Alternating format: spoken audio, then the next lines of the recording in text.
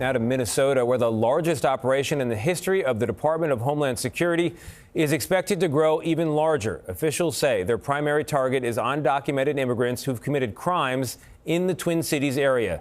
Ian Lee is in St. Paul with the latest, including the potential involvement of U.S. troops. A U.S. defense official tells CBS News 1,500 active duty soldiers in Alaska are on standby, waiting for possible deployment to Minneapolis after President Trump threatened to invoke the Insurrection Act. If I needed it, I'd use it. It's very powerful. This weekend, we saw anti-ICE demonstrators clash with pro-ICE demonstrators and ICE agents. In the middle of it all was far-right organizer Jake Lang, a pardoned January 6th defendant. Why are you out here today? The replacement of white Americans by Somalians in Minnesota is a tragedy. The Justice Department late today said it will consider federal charges against anti-ICE protesters who interrupted a church service in St. Paul on Sunday, where they accused one of the pastors of working with ICE.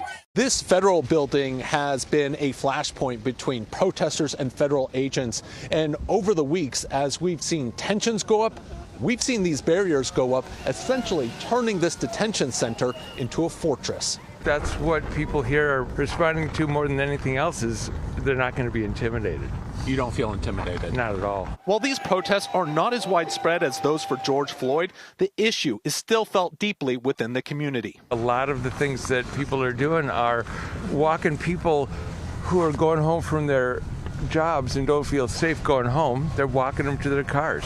There are people out there delivering food to people who don't feel safe going to the grocery store.